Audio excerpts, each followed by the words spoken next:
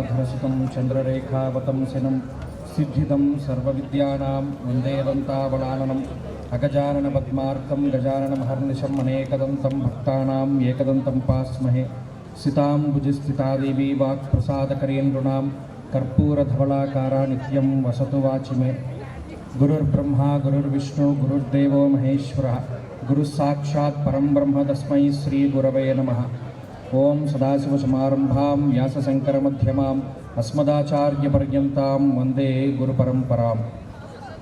జ్యోతిష్శాస్త్రాన్ని భావితరాల వారికి అందించినటువంటి ఋషుల యొక్క పాదపద్మాలకి నమస్కారం చేసుకుంటూ, అలాగే నాకు ఈ జ్యోతిష విద్యను నేర్పినటువంటి గురువులు, జ్యోతిషం ముందే వేద శాఖోపజీవితం శాస్త్రం పుష్ప సమాయుక్తం విద్వత్ భ్రమర శోభితం, ఈ సభలో వేయించేసినటువంటి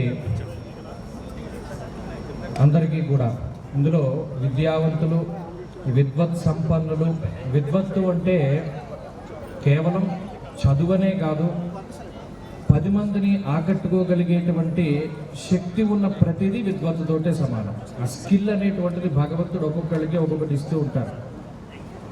అలాగే ఈ జన్మనిచ్చినటువంటి నా తల్లిదండ్రులకి ముఖ్యంగా ప్రణామాలు సమర్పణం చేస్తూ, ముందుగా హిందూ ఫార్చ్యూన్ ఫీల్డ్స్ ఇక్కడికి రావడానికి నేను ప్రధానమైన కారణం మా సుబ్బారావు గారు.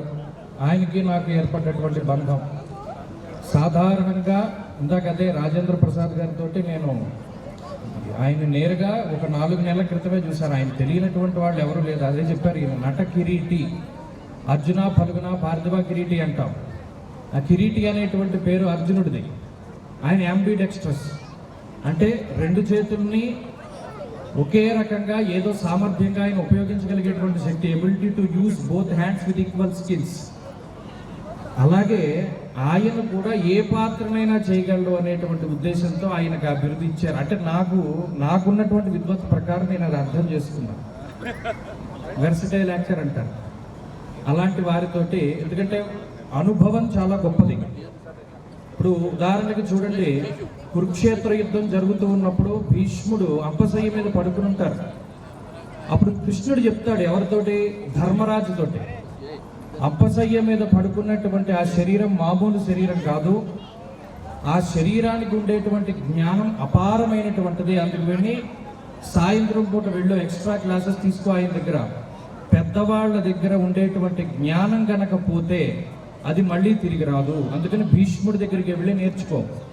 ఆయన యొక్క అనుభవం చాలా గొప్పది. ఎందుకంటే మనం చాలా చదువుతాం. ఇప్పుడు చూడండి, ఇప్పుడు నేనే ఉన్నాను, ఇందాక ఆయన చెప్పారు నేను ఎలక్ట్రానిక్స్ చదువుకున్నాను.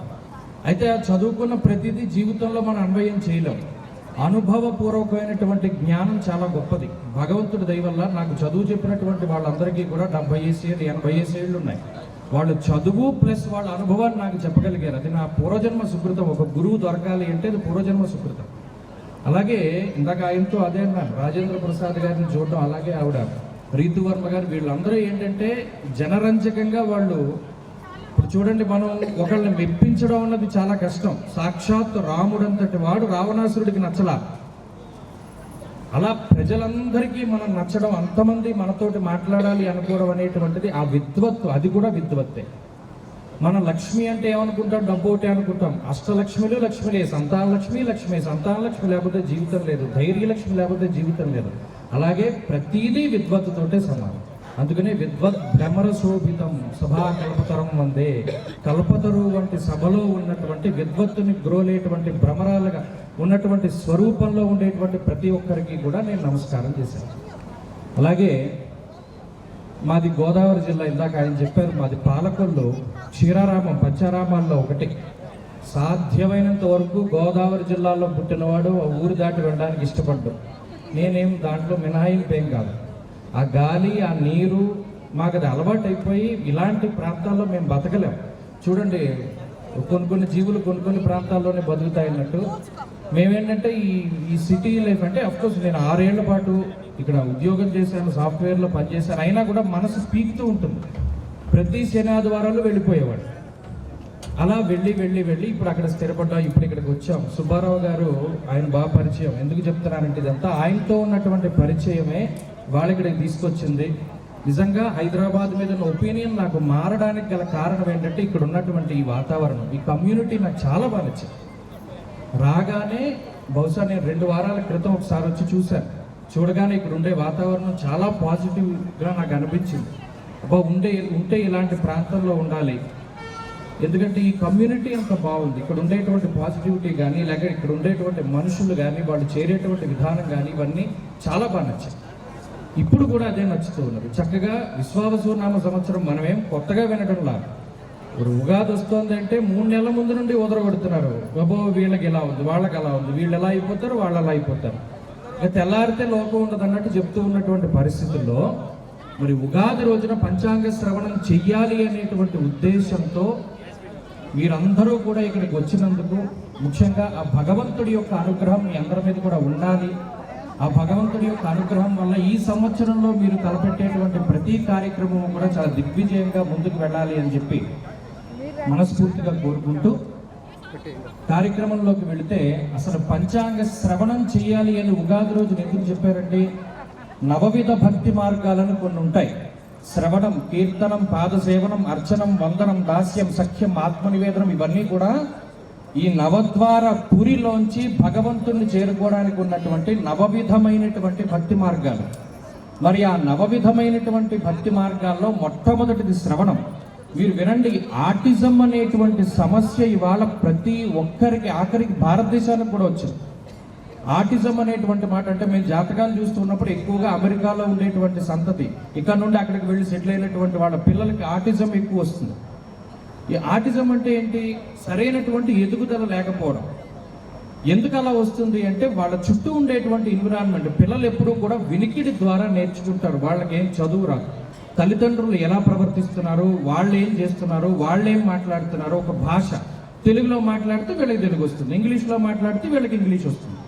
శ్రవణము అనేటువంటిది అంత ముఖ్యమైనటువంటిది. మనం ఏదైతే వింటామో దానికి అంత శక్తి ఉంటుంది. అందుకని ఏం చేయమన్నాడు? వినండి, వింటే ఇది జరుగుతుంది అని చెప్పి. విశేష పుణ్య ఫలదం గోదానతుల్యం రుణాం ఆయుర్వర్ధనముత్తమం శుభకరం సంతాన సంపత్ప్రదాం నానాకర్మ సుసాధనం సముచితం పంచాంగమాకర్ణ్యతాం అన్నారు. పంచ అంగములు అంటే తిథి, వార, నక్షత్ర, యోగ కరణాలు. ఈ 5టిని కలిపి పంచాంగం అన్నారు. మనం సాధారణంగా పెద్దవాళ్ళు ఎవరే కదంటే దాంట్లో వచ్చేదంటే పరమాచార్యులు వారు అన్నారు కాదు అన్నారు.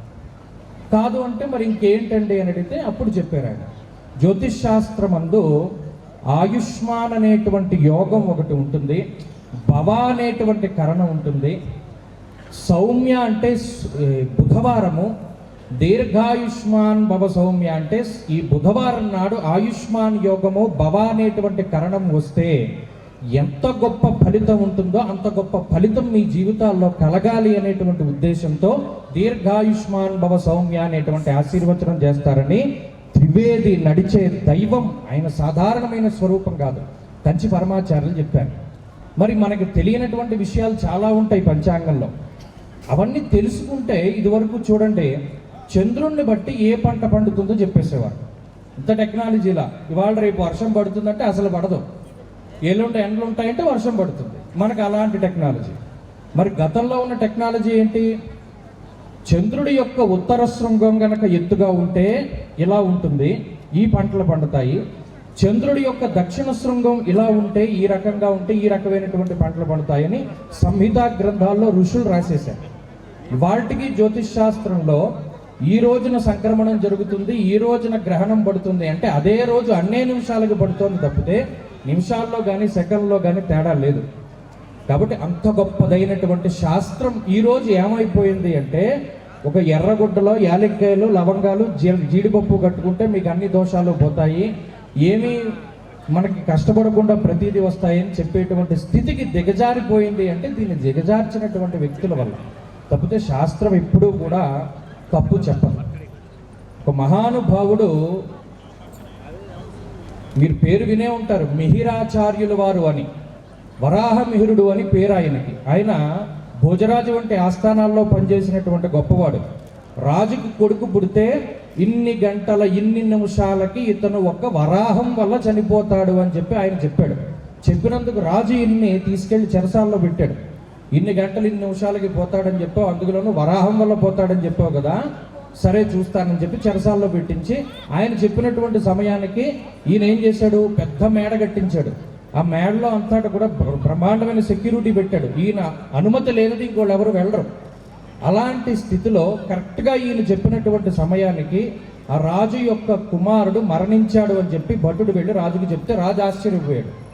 ఎలా చనిపోయాడు, ఈగ కూడా వాళ్ళది కదా అంటే, అయ్యా మన జాతి చిహ్నం వరాహం అండి, ఆ ఉద్దేశంతో మెట్ల మీద లేకపోతే మేడల మీద వరాహం యొక్క సింబల్ మనం చెక్కి ఉంచారు, ఆడుతూ ఆడుతూ పైనుండి పడిపోయాడు, ఆ వరాహం యొక్క కొమ్ము గుచ్చుకుని చచ్చిపోయింది అన్న.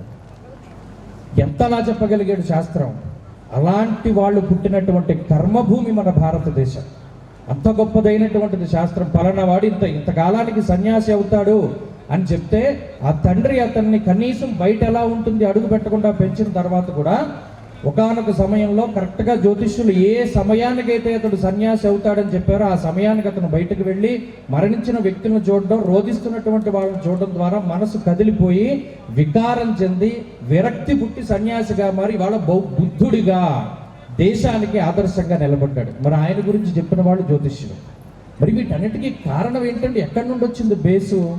ఈ పంచాంగం నుండి వచ్చింది. అందుకని ఏం చేయమన్నారు, ఉగాది రోజున పంచాంగ శ్రవణం, శ్రీ కళ్యాణ గుణావహం, మంచి బుద్ధులు వస్తాయని చెప్పారు. మంచి బుద్ధి వస్తే ఏమొస్తుందంటే మన కర్మని మనం మార్చుకోవచ్చు. బుద్ధి కర్మానుసారిణి అన్నది శాస్త్రం. ఒకరి బుద్ధి ఉన్నవాడిని ఎవడు బాగు చేయలేడు. ఇప్పుడు మనకి ఏలినాటి చెల్లవి వస్తే ఏమవుతుంది, తేజో హానిర్మతిర్భ్రంశో మనః పీడా భయం తదా రోగార్తిర్బంధువైరంచ వ్యసనం జన్మగే శనౌ. గోచారంలో ఏ మాట చెప్పాడు, జన్మంలోకి శని వస్తున్నారు. ఇప్పుడు నిన్న సాయంత్రం శనేశ్వరుడు మారి మీనరాశిలోకి వచ్చారు. ఏమవుతుందండి, తేజో హానిర్మతిర్భ్రంశో మనఃపీడ భయం తదా రోగార్తిర్బంధువైరంచ వ్యసనం జన్మగే. వ్యసనాలు బారిన పడతాడు. శనేశ్వరుని ప్రభావం ఉంటే బద్ధకం వస్తుంది. ఇక్కడ పంచాంగ శ్రవణం చేస్తున్న వాళ్ళు ఎవరు రాలేరు. మీరు లెక్క పెట్టుకోండి, మీనరాశి వాళ్ళు చాలా తక్కువ మంది ఉంటారు. రానివ్వడు, మంచి వెన్నెవ్వడు, మంచి చెయ్యనివ్వడు. మరి ఆ ఫలితాలన్నీ కూడా లెక్కగట్టి చెప్పారు.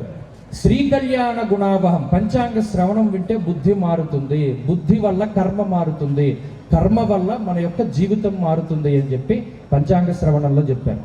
రిపుహరం, శత్రువులు ఉండరు పంచాంగ శ్రవణం చేస్తే. ఏంటంటే లాజిక్, మనకి ఎప్పుడైతే సత్వబుద్ధి ఉంటుందో, మనకి ఎప్పుడైతే శ్రీ కళ్యాణ గుణావహం మంచి బుద్ధులు అబ్బుతాయో ప్రతి ఒక్కరిలోనూ మనల్ని మనం చూసుకుంటాం.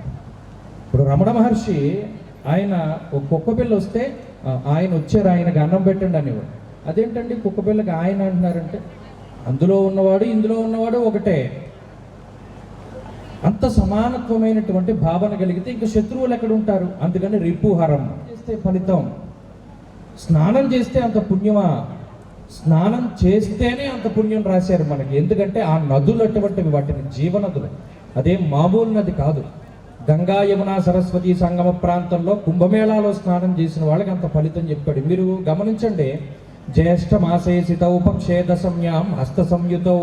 జ్యేష్ఠమాస శుక్లపక్ష దశమి రోజున ఎవడైతే గంగా నదిలో స్నానం చేస్తాడో అప్పుడే గంగ పుట్టింది. వాడికి 10 జన్మలుగా వెంబడిస్తూ ఉన్నటువంటి 10 రకాలైనటువంటి పాపాలు పోతాయి అన్నాడు. దాన్నే దశ పాపహర దశమి అన్నారు. చూడండి, మన ఋషులు చేసినటువంటి సౌలభ్యం అది. కలియుగం రా ఇది. వీడి పెద్ద ఆయుర్దాయం ఉండదు, వీడికి పెద్ద బుద్ధి ఉండదు, వీడికి దైవభక్తి ఉండదు, అలా అలా తిరుగుతూ ఉంటాడు, డబ్బు వ్యామోహంలో పడి కొట్టుకుంటాడు. జీవితానికి సార్థకత ఏంటి అంటే 10 కోట్లు 50 కోట్లు 100 కోట్లు సంపాదించడం అనుకుంటాడు. తీరా సంపాదించిన వాళ్ళని అడిగితే వాళ్ళు చెప్తారు ఇది కాదు. గొప్ప గొప్ప వ్యక్తులు చెప్పారు ఇవాళ. ఏంటి జీవితంలో గొప్పది అంటే, ప్రతిరోజు ఉదయాన్నే తల్లిదండ్రులను చూడడం పెద్ద యోగం, ఆరోగ్యంగా జీవించడం ఇంకొక యోగం, మన అనేటువంటి వాడు పిలిస్తే పలకడం ఇంకొక యోగం. ఈ యోగాలు పక్కన పెట్టి మన దగ్గర ఎన్ని కోట్లు ఉంటే ఎవడు గలుగుతాడు? అది గంగా స్నానం చేస్తే ఎంత పుణ్య ఫలితం వస్తుందో మనం అక్కడికి వెళ్ళలేం కదండి. ఉగాది పంచాంగ శ్రవణం వింటే మీకు అది వస్తుంది. గోదాన తుల్యం రుణాం, ఒక ఆవుని దానం ఇవ్వడం కూడా అంత చాలా గొప్ప విషయం. ఎందుకంటే ఆ దానం పట్టినటువంటి వాడు ఎవరైతే ఉంటారో ఆ ఆవు వెంట్రుకలు ఎన్నైతే ఉంటాయో అన్నిసార్లు గాయత్రి చేయాలి. దానం పట్టడం అంటే అదేం చిన్న విషయం కాదు. ఇప్పుడు చూడండి, శనేశ్వరుడికి సంబంధించి ఏలినాడు శనివి జరుగుతూ ఉంటాయి. తిలదానం ఇస్తాం. ఆ తిలదానం ఇవ్వడం వల్ల ఉపయోగం ఏంలా? 5 రూపాయల నువ్వులు కొన్నాం, 1 కేజీ నువ్వులు కొన్నాం, దానం ఇచ్చాం అనుకుంటాం. మీరు కొన్న నువ్వులు, మీరు దానం ఇచ్చిన నువ్వులు మన ఎదురుగుండానే వాడు పక్కన బకెట్లో పోసేస్తాడు. మరి ఏం చేయాలండి? ఏలినాటి శని పరిహారము అది కూడా మనం ఈ శ్రవణంలో చెప్పుకుంటాం. అలాగే గోదాన తుల్యం నృణాం ఆయుర్వర్ధనముత్తమం అన్నాడు. ఆయుర్దాయం కూడా అభివృద్ధి చెందేటువంటి స్థితిలో ఉంటుంది. ఎప్పుడైతే మనం తిదివార నక్షత్ర యోగకరణాల గురించి తెలుసుకుంటామో, ఇవాళ ఈ రోజు అయిపోయింది. మీకు తెలియని విషయం ఏంటి అంటే 2020 సంవత్సరం దగ్గర నుండి టైం చాలా స్పీడ్గా గడుస్తోంది అని చెప్పి శాస్త్రవేత్తలు కనుగొన్నారు. చాలా వింత. అదేంటంటే స్పీడ్గా గడవడం ఏంటి? కాలమానంలో మీరు పేరు వినే ఉంటారు, స్టీఫెన్ హాకింగ్స్ అని ఒక పెద్ద సైంటిస్ట్. ఆయన నిరంతరం బ్లాక్ హోల్స్ మీద అధ్యయనం చేసేవాడు, నిరంతరం టైం ట్రావెల్ మీద అధ్యయనం చేసేవాడు. అలాగే ఓ రోజు ఆయన ఒక 6గురికి భోజనం పెట్టి బల్ల మీద కూర్చుని చూస్తున్నాడు. వీళ్ళు ఉంటారు కదా చుట్టుపక్కల అంతేవాసులు, వాళ్ళు చుట్టూ ఉండే శిష్యులు. అదేంటంటే భోజనం పెట్టి చూస్తున్నారేంటని అడిగితే, ఎవడో ఒకడు భవిష్యత్తు నుండి వచ్చి నా ఎదురుగుండా కూర్చొని తింటాడు, బహుశా నేను అప్పుడు ఉంటాను ఉండకపోతాను, నేను ఈ డైమెన్షన్లో ఉన్నాను, వాడు ఆ డైమెన్షన్లోకి వచ్చి తింటాడంటే ఆయనకు ఉన్నటువంటి జ్ఞానం అటువంటిది. ఖచ్చితంగా టైం ట్రావెల్ చేయొచ్చు వాళ్ళు. సో ఆ విధంగా ఈ శాస్త్రవేత్తలు వాళ్ళు ఏం చెప్తున్నారంటే 2020 దగ్గర నుండి టైం స్పీడ్గా వెళ్ళిపోతుంది, పగలు రాత్రి కాలమానాల్లో వ్యత్యాసం వస్తుంది, ఇవన్నీ కూడా వాళ్ళు చెప్తున్నారు. ఆ సమయంలో మనం ఈ డే టు డే ఇవాళ పాఠ్యమే విధియా తదియా తెలుసుకుంటే మనం ఆ రోజును వినియోగించుకోగలుగుతాం. తద్వారా ఆయుర్దాయం అనేటువంటిది వృద్ధి చెందుతుంది. సంతాన సంపత్ప్రదాం. ఇవాళ చాలా గొప్ప సమస్య ఏంటి అంటే సంతానం కలగకపోవడమే పెద్ద సమస్యగా మారింది. ఇప్పుడు మాకు తెలిసిన వాళ్ళు కూడా చాలామంది ఈ సంతానం గురించి అడుగుతూ ఉంటారు, జాతకాల గురించి, వాటి గురించి. 90% స్ట్రెస్. మీరు పనిచేసే ఉద్యోగాల్లో ఉండేటువంటి స్ట్రెస్ వల్ల కలగట్లేదు, లేదు వీళ్ళకు ఉండేటువంటి రకరకాలైనటువంటి దోషాలు ఉంటాయి. మరి ఆ దోషాలు ఎలా పోతాయండి అంటే ఈ పంచాంగ శ్రవణం విన్నటువంటి ఈ శ్రవణం చేసినటువంటి కారణం చేతనే వారికి ఉండేటువంటి గర్భ సంబంధమైనటువంటి దోషాలు పోతాయి. లాజిక్ అంటే ప్రతి దానికి లాజిక్ ఎందుకు అడుగుతున్నారు అంటే, మరి మనం ఒక మహానుభావుడు మాట అన్నాడు, ఎవరు, మన వివేకానందుడు. ఎంత సైన్స్ డెవలప్ అవుతే సనాతన ధర్మం యొక్క ఇంపార్టెన్స్ అంతమందికి తెలుస్తుంది అన్నాడు ఆయన. మీరు వినండి, మీరు చూడండి, గర్భంలో ఉండేటువంటి వాడిని కాపాడాడు, పరీక్షిత్ మహారాజుని శ్రీకృష్ణుడు కాపాడాడు. అలాగే గర్భంలో ఉండగా పద్మవ్యూహం గురించి తెలుసుకున్నారు. మరి ఈ మాటలు, ఈ శ్లోకాలు మన ఋషులందరూ ఏం చెప్పారు? ఈ బీజాక్షరాలని వాటిని కూడా స్తోత్రాల్లో పొందుపరిచారు. మరి ఇప్పుడు ఈ చదివేటువంటి శ్లోకాలు వాటి వల్ల వచ్చేటువంటి వైబ్రేషన్స్ వల్ల ఏమవుతుంది? గర్భ సంబంధమైనటువంటి దోషాలు పోతాయి. స్త్రీలని ప్రత్యేకించి వేదాధ్యయనం చెయ్యొద్దు అనడానికి ఏం వివక్ష లేదు. చాలామంది అడుగుతారండి, ఏమంటే మేము వేదం చదవకూడదా?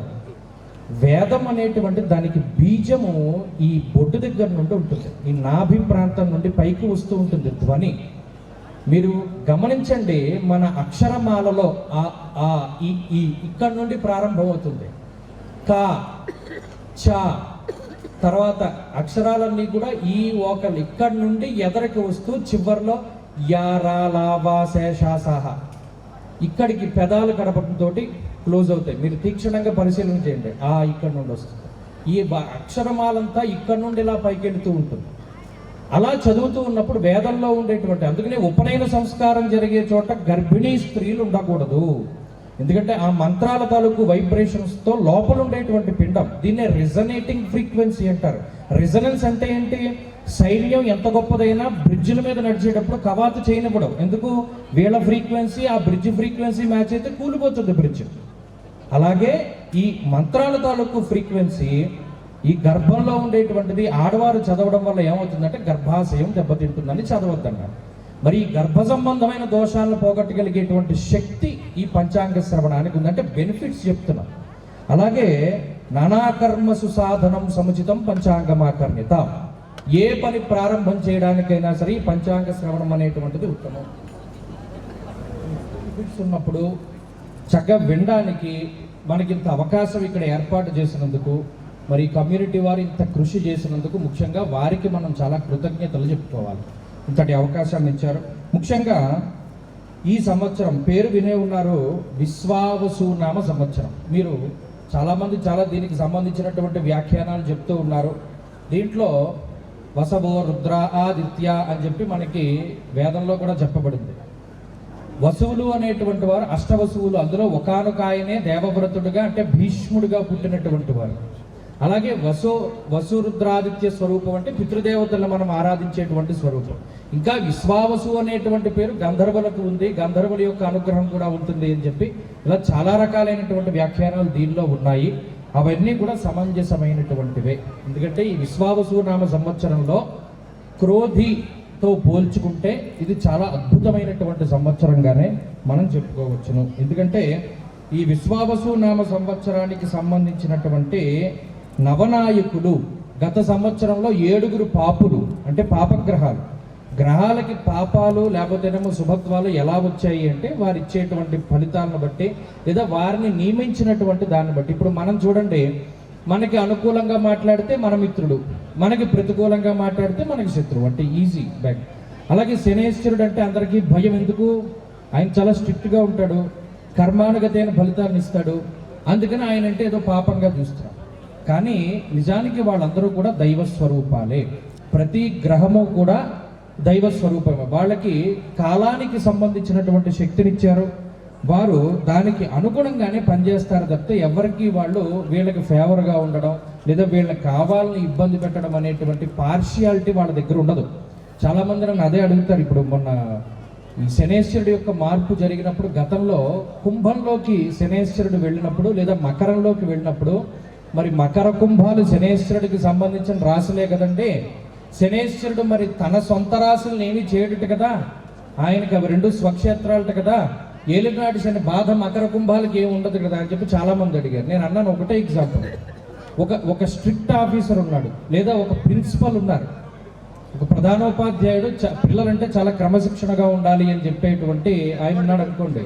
ఆయన సొంత ఇంట్లో ఇంకెంత క్రమశిక్షణగా ఉంటాడు, ఆయన పెరగడంలోనూ ఆయన సొంత విషయాలు ఎంత క్రమశిక్షణగా ఉంటాడు. అలాగే మిగతా రాశులన్నిటి మీద అంత ప్రభావాన్ని చూపించేటువంటి శనేశ్వరుడు తన సొంత రాశులపై ఇంకా జాగ్రత్తగా ఆయన వీళ్ళ క్రమశిక్షణలో పెట్టాలి అని ఫలితాన్ని ఇస్తాడు. కానీ ఇవి 2 మనవ కదా అనేటువంటి పార్షియాలిటీ ఆయనకు ఉండదు. కాబట్టి ఏంటి అంటే ప్రతి గ్రహము తను ఇచ్చేటువంటి ఫలితం సమానంగా ఇస్తుంది. ఇప్పుడు రాజాది నవనాయకుల ఫలితాన్ని చూసుకుంటే ఈ సంవత్సరంలో రాజు రవి, ఈ సంవత్సరం ఆదివారంతో ప్రారంభమైంది. ఆది అనగా మొదలు. ఇప్పుడు గుర్తుపెట్టుకోండి, ఎవరైతే ప్రతిరోజు సూర్యాష్టకాన్ని చదువుతారో, ఎవరైతే ప్రతిరోజు ఆదిత్య హృదయాన్ని చదువుతారో వారికి అనేక రకాలైనటువంటి రుగ్మతలు, హృద్రోగాలు, చర్మ సంబంధమైన సమస్యలు, ఉత్సాహం, ఆత్మశత్రోత్సాహ వనపర్వదాది పితృకారకో సూర్యహానది జ్యోతిష్యం. ఉత్సాహం లేనటువంటి వారికి అంటే విటమిన్ డెఫిషియన్సీ కానీ నీరసము, నిస్సత్వ వీటితో బాధపడేటువంటి వారందరికీ కూడా ఆ దోషాలు పోతాయి అన్నాడు. ఇప్పుడు ఉదాహరణకి ఎందుకు, మా నానమ్మ గారు, మా నాన్నగారి యొక్క తల్లి, ఆవిడకి 83వ సంవత్సరంలో బ్రెస్ట్ క్యాన్సర్ వచ్చింది. వస్తే ఆవిడ జీవన విధానం ఏంటో తెలిసినా, సూర్యోదయానికి మునిపే నిద్రలేస్తుంది, లేచిన వెంటనే స్నానం చేస్తుంది, స్నానం చేసి వెంటనే సూర్యుడు అలా ఉదయిస్తూ ఉంటాడు, ఈవిడ చేతిలో పుస్తకం పట్టుకుంటుంది, ఆదిత్య హృదయం చదువుతుంది, విష్ణు సహస్రనామాలు చదువుతుంది, లలితా సహస్రనామం చదువుతుంది. 10ంటికల్లా భోజనం చేసేస్తుంది. ఇంకా టిఫిన్లు ఏం తింటుంది, వేడివేడిగా అన్నం తింటుంది, సాయంత్రం మళ్ళీ టిఫిన్ తింటుంది. ఏ విధమైన ఇబ్బంది కలిగించలా. ఇవాళకి 6 ఏళ్ళు అయింది, చక్కగా ఉన్నారు. ఆమె ఆరోగ్యం అంత గొప్పది. కారణం ఏంటి అంటే ఉదయాన్నే ఆదిత్య హృదయం చదవడమే ఆమె ఆరోగ్యాన్ని కాపాడింది. అలా అంతర్లీనంగా ఈ ఆదిత్య హృదయంలో ఉన్నటువంటి అనేక రకాలైనటువంటి సూర్యుళ్ళు, ఉదాహరణకి చూస్తే ద్వాదశాదిత్యులు అన్నాం. మిత్ర, రవి, సూర్య, భాను, ఖగపూష, హిరణ్య గర్భ, మరీత్యాదిత్య, సవిత్రవర్గ, భాస్కరేభ్యో నమః. ప్యారలల్ యూనివర్స్ అంటే ఇది కొంత ఈ విద్యావంతులు ఎవరైతే ఉన్నారో వారికి అర్థమవుతుంది. ప్యారలల్ యూనివర్స్ అని కొన్ని ఉంటాయి. ఇప్పుడు మనం ఇక్కడ ఎలా అయితే జీవిస్తూ ఉన్నామో దీనికి ఊర్ధ్వలోకాలు కొన్ని ఉంటాయి, అధోలోకాలు కొన్ని ఉంటాయి. వాళ్ళకి మనకి టైం గ్యాప్ ఉంటుంది. పైకి వెళ్ళే కొద్దీ కూడా టైం అనేటువంటిది పెరుగుతూ ఉంటుంది. అంటే మనకి సంవత్సర కాలం, వాళ్ళకి ఉదాహరణకి చూసుకోండి, బ్రహ్మ యొక్క ఆయుర్దాయాన్ని చెప్పేటువంటి క్రమంలో ఒక మాట అంటారు, దేవతలకి మనకి 6 నెలలు వాళ్ళకి ఒక పగలు, మనకి ఇంకో 6 నెలలు వాళ్ళకి రాత్రి. అలా పైకి వెళ్ళే కొద్దీ కూడా మన టైము పెంచుకుంటూ పోతే వాళ్ళకి అది నిమిషంతో సమానం కింద ఉంటుంది. అలా ఈ ద్వాదశాదిత్యుల్లో అతిపెద్ద ఆదిత్యుని యొక్క పేరు విష్ణువు. మీరు కావాలంటే గూగుల్లో సెర్చ్ చేసుకోవచ్చు. ఏంటి ఈ కలియుగానికి ప్రమాణం ఎంత? 4,32,000 సంవత్సరాలు. దీనికి 4,32 కలిపితే అంటే 8,64,000 సంవత్సరాలు. దీనికి పైనుండేటువంటి ద్వాపరయుగ ప్రమాణం. What is the diameter of sun in miles అని నొక్కండి, ఈ 2 అంకెలు మీకు కనబడతాయి. అంటే సూర్యుడి యొక్క వ్యాసం ఎంత, సూర్యుడి యొక్క వ్యాసార్థం ఎంత అనే దాన్ని బట్టి ఇవాళ మన కలియుగ ప్రమాణాలు ఇవన్నీ కూడా ఉన్నాయి. ఇవన్నీ కూడా గూగుల్ లెక్కలు మీకు ఉంటాయి, ఇవేమీ మామూలు లెక్కలు కాదు. అంత పగడ్బందీగా మన ఋషులు ఇందులో నిక్షిప్తం చేశారు. కాబట్టి అటువంటి రవి రాజు అయినప్పుడు ఆ సంవత్సరం మొత్తం కూడా దుర్భిక్ష క్షామడాంబరాలు ఇవి కూడా ఉండకుండా ఆరోగ్యాన్ని ఆయన ప్రసాదిస్తారు. అలాగే మనం కూడా ఏం చేయాలి? వదిలిపెట్టేసినటువంటి సంస్కృతి సూర్యారాధనని మనం పట్టుకోవాలి. ఎప్పుడు ఈ మధ్యకాలంలో నేను కాదు, మన ధర్మం గురించి తెలిసినటువంటి వాళ్ళు మిగతా వాళ్ళు ఎవరు చెప్పినా కూడా ఈ ఆదివారం నాడు చేసేటువంటి ప్రక్రియలు స్త్రీ తైల మధుమాంస నియత్యజంతిరవేర్దినే నవ్యాదిశోక దారిద్ర్యం సూర్యలోకం సగచ్చతి. ఆదివారం నాడు మధ్యమాంసాలు భుజించద్దన్నారు. ఇప్పుడు మన సంస్కృతి వేరు, మన సాంప్రదాయం వేరు.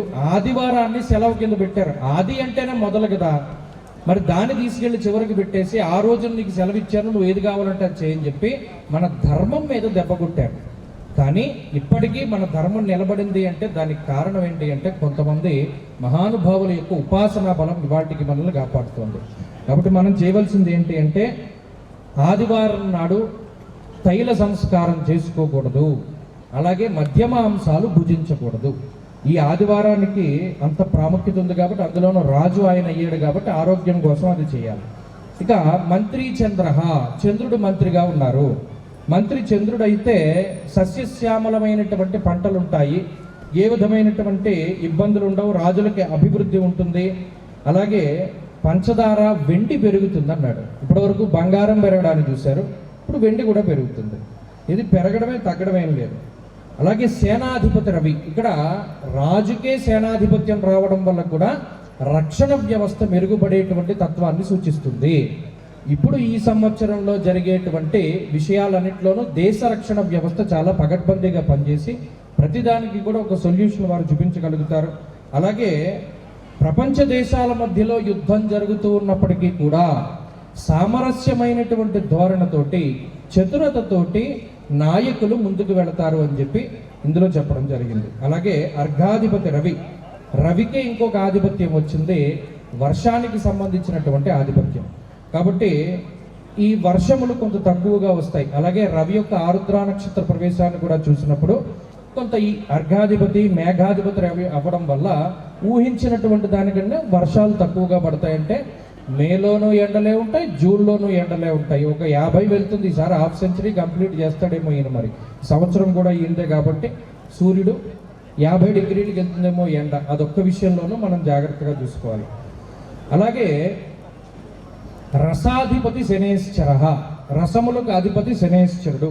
దానివల్ల ఈయనకి కొంచెం పార్షియాలిటీ ఉండి నల్లటి నేలలు పండుతాయి, నువ్వులు వీటికి సంబంధించినటువంటి ధాన్యాలు పండుతాయి, అలాగే ఉలవలు బాగా పండుతాయని చెప్పి నల్లటి భూములు ఎక్కువగా సస్యాన్ని ఇస్తాయని చెప్పి చెప్పడం జరిగింది. నీరసాధిపతిత్వం బుధునకు వచ్చింది. దీనివల్ల చిత్ర విచిత్రమైనటువంటి వస్త్రములు వాటి యొక్క అభివృద్ధి ఉంటుంది. అలాగే శంఖములు, చందనము ఇటువంటి సుగంధ ద్రవ్యాల యొక్క ధరలు కొంత తగ్గి నిలబడతాయి. ప్రత్యేకించి బ్రాండెడ్ వస్తువులు వాడాలి అనేటువంటి ఆ సంస్కృతి కొద్ది తగ్గుతుంది ఈ సంవత్సరం. ప్రతి దాంట్లోనూ బ్రాండ్ను చూడకుండా కొంత నాణ్యతను కూడా చూసేటువంటి పరిస్థితులు ఉంటాయి. తక్కువ ధరలో వచ్చినా సరే వాళ్ళు వెళ్తారు అని చెప్పి. అలాగే ఈ విశ్వావసు నామ సంవత్సరంలో గ్రహణాలు 2 ఉన్నాయి. ఈ గ్రహణాలు ఎందుకు చెప్పవలసి వస్తుంది అంటే నిన్న ఒక గ్రహణం ఉందని ప్రజల్ని భయపెట్టారు. ఇక గ్రహణం వస్తే చాలు భయపడిపోయేటువంటి వాతావరణం వచ్చింది. ఈ గ్రహణాలు సాధారణంగా ఎక్కడ పడితే అక్కడ కనబడుతూనే ఉంటాయి. గ్రహణానికి ఉన్నటువంటిది ఒకే నియమం, మనకి కనబడితే పాటించాలి, కనబడకపోతే ఆ గ్రహణానికి సంబంధించినటువంటి నియమాలు ఏవి కూడా మనం పాటించాల్సిన అవసరం లేదు. ఒకవేళ మనం భారతదేశంలో ఉన్నాం, కనబడితే పాటించాలి. లేదు అమెరికాలో ఉన్నాం, అక్కడ కనబడితే మనం పాటించాలి తప్పితే మిగతా చోట్ల గ్రహణాలు పట్టినప్పుడు మనం ఇక్కడ పాటించాల్సిన అవసరం లేదు. అక్కడెక్కడో వేరే కూకట్పల్లిలో వర్షం పడుతుంటే ఇక్కడ గొడుగేసుకుని నుంచోమ్మ, మనకు అవసరం లేదు, ఎందుకంటే ఇక్కడ వర్షం పడట్లేదు కాబట్టి. అలాగే ఈ సంవత్సరంలో ప్రత్యేకించి ఈ నవనాయకులు గ్రహణాలకి సంబంధించిన విషయాలను చూడడం జరిగింది. అలాగే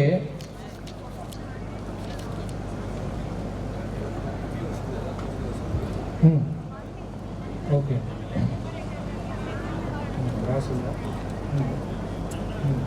అడుగుతున్నారు సుబ్బారావు గారు, ఎందుకంటే ఈ కుజదోషానికి గురించినటువంటి మార్కెట్ చాలా బాగుంది. కుజదోషం అని చెప్తే కోట్లు వస్తున్నాయి రెమెడీల మీద.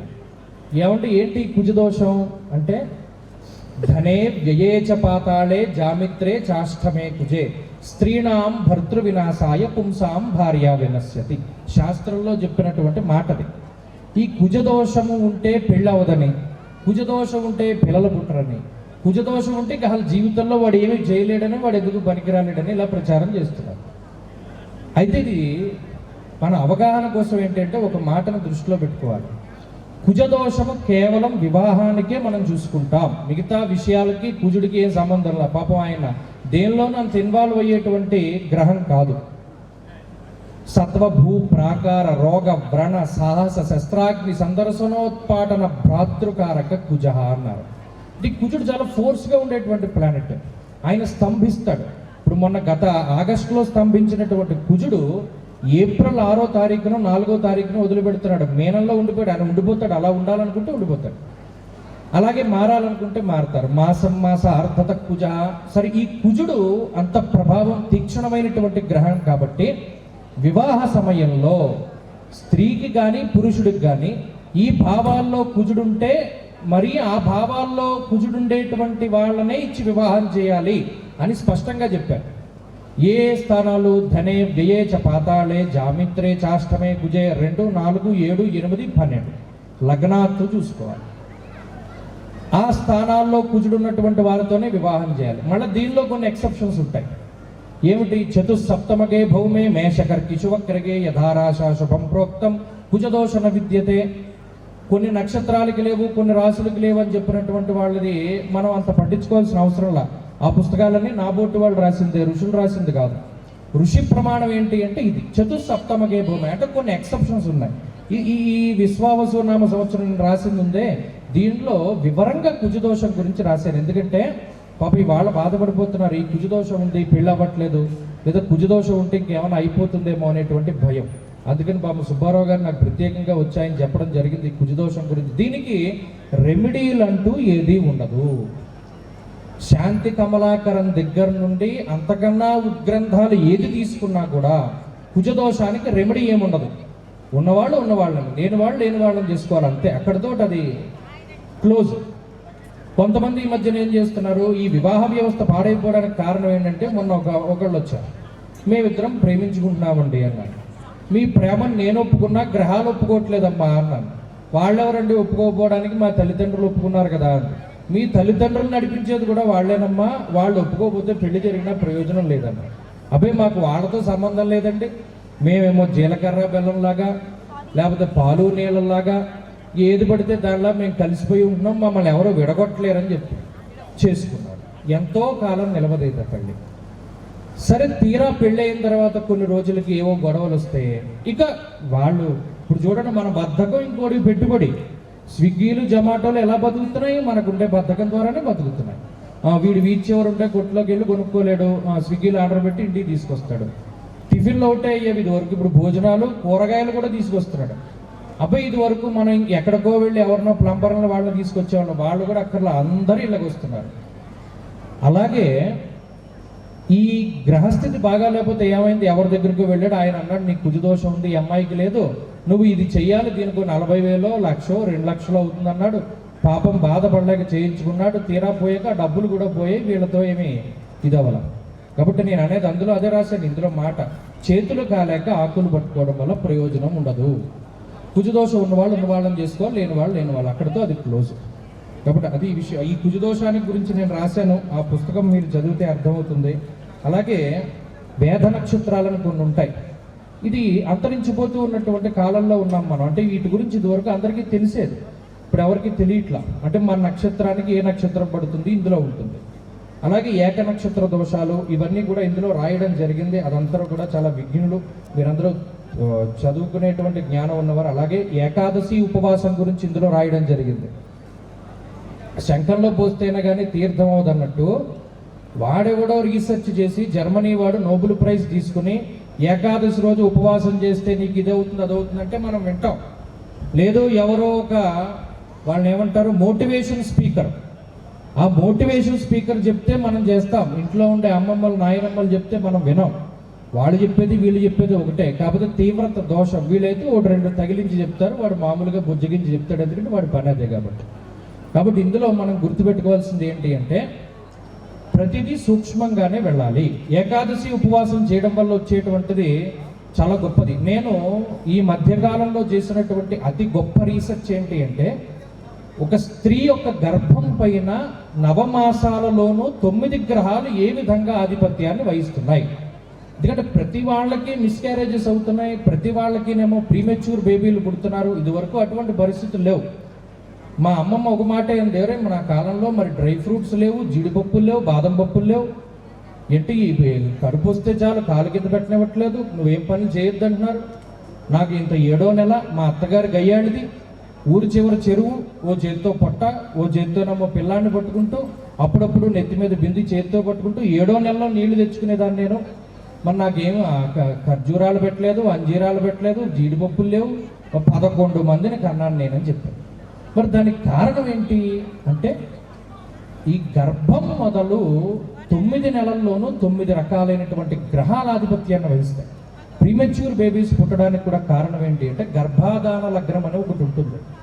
గర్భాధాన సమయమునందు ఆదాన లగ్నం ఏదైతే ఉన్నదో అది 7వ నెలలో పనిచేస్తుంది. ఒక ఆవిడ నా దగ్గరికి వచ్చింది, ఏమంటే నాకు మగపిల్లాడు పుట్టాలి అంటే వాళ్ళ కోరికలో ఏం తప్పే ఉండదు కదా, ఫస్ట్ అమ్మాయి పుట్టింది, తర్వాత మాకు అబ్బాయి పుట్టాలండి అంటే మరి మీ జాతకంలో సుతేసే బాయుషే విత్తే బహుపుత్రీ నసంశయ, బహుపుత్రీ నసంశయ అంటే నీకు ఇంకో సందేహం లేదు, నీకు అమ్మాయిలే పుడతారు రా అని. మరి అప్పుడు మనం ఎలా మార్చుకోగలం? పెద్దవాళ్ళు ఏం చెప్పారు, కృషి ఉంటే మనుషులే ఋషులు అవుతారన్నాడు. మరి ఏం కృషి చేస్తే నేను ఋషిని అవుతానండి, మాకు పుట్టబోయే బిడ్డను మార్చుకోగలనంటే అప్పుడు గర్భములో 6వ నెలకి శనేశ్వరుడు ఆధిపత్యాన్ని వహిస్తారు. వారి వారి జాతకాల్లో ఉండేటువంటి గ్రహాలను అనుసరించి ఏ సమయంలో అయితే అవయవాలు ఏర్పడతాయో 6వ నెలలో ఆమెని సుందరకాండ పారాయణ చేయమన్నారు. చక్కగా చేసింది, మీకు వినొచ్చు. ఆవిడ కూడా చాలా పాపులర్ అయినటువంటి ఆవిడ, రెడ్ టీవీ అని, రెడ్ భక్తి అని ఛానల్ ఆవిడ, పద్మిని యాంకర్. ఆవిడ బహిరంగంగానే చెప్పింది, పలానా ఆయన నాకు ఫణిభాస్కర్ గారు చెప్పారు, ఏకాదశి ఉపవాసాలు నేను చేస్తూ ఈ పారాయణ చేశాను, ఏకాదశి రోజున నాకు అబ్బాయి పుట్టాడు, నాకే కాదు నా చెల్లెలకు కూడా అదే ఏకాదశి రోజునే ఆ చెల్లెలకు కూడా అబ్బాయి పుట్టాడు. ఇలా 3 4 జరిగాయి. మరి ఇదంతా ఎవరి శక్తి? అమంత్రమక్షరం నాస్తి నాస్తి మూలమనౌషధం అన్నారు. ఔషధం కానీ మొక్కంటూ ఏది లేదు. మొన్న మా పిల్లకి జర్రుగుట్టింది, జరుగుడితే అబ్బో తిరగని హాస్పిటల్స్ లేవు, ఎన్ని మందులు వేసినా అదేం వాపు తగ్గట్లేదు. మా ఇంటి పక్కన ఉండే రాజుగారు వచ్చి ఏమండి ఇదిగో 2 ఆకులు నోట్లో పెట్టుకున్నాను, గుమ్మడికాయ ముచ్చుకు తీసి ఇది పావుండి ఇలాగే జర్రి కరిస్తే తగ్గిపోతుందని. మరి అంతటి శాస్త్రవంతులు ఉండేవారు, ఇప్పుడు ఎవరికి ఏ విషయాలు తెలియట్లేదు. అమంత్రం అక్షరం నాస్తి నాస్తి మూలమనౌషధం, మంత్రం కానీ అక్షరం అంటూ ఏదీ లేదు, అలాగే ఔషధం కానీ వృక్షం అంటూ ఏదీ లేదు అన్నాడు.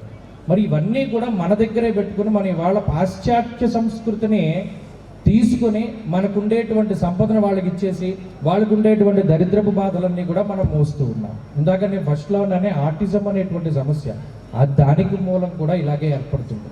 కాబట్టి ఏకాదశి ఉపవాసం. ఇంకోటి ఏంటి అంటే నేను చెప్పదగినటువంటి సూచన, నిత్య దీపారాధన. దీపం ఎక్కడైతే ఉంటుందో అక్కడ పాజిటివ్ వైబ్రేషన్స్ ఉంటాయి. మీరు గమనించండి, ఇదివరకల కాలంలో ఎవరైనా ఊరు వెళ్తున్నాం, అసలు ఊరు వదిలిపెట్టేవారు కాదు, వెళ్తుంటే ఈ అమ్మాయి ఇదిగో మా ఇంటి తాళం, ఇదిగో మా ఇంట్లో నిత్యం దీపారాధన చేయనేవారు.